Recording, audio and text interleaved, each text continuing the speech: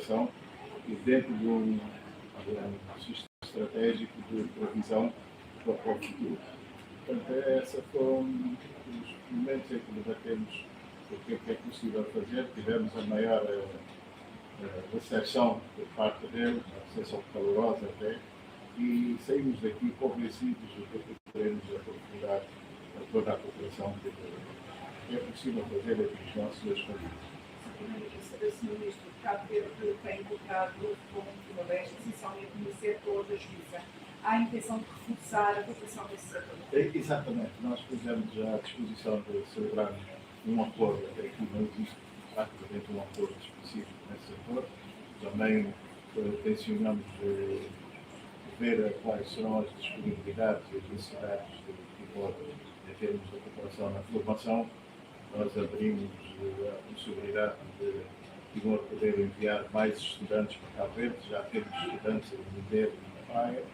E abrimos também a possibilidade de formação na área da hotelaria e do turismo.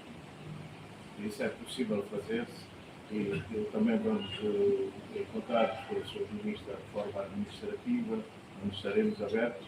E há um outro aspecto que é a transição digital.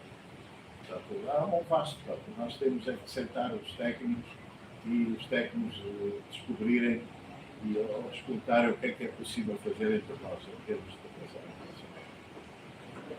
Muito obrigado.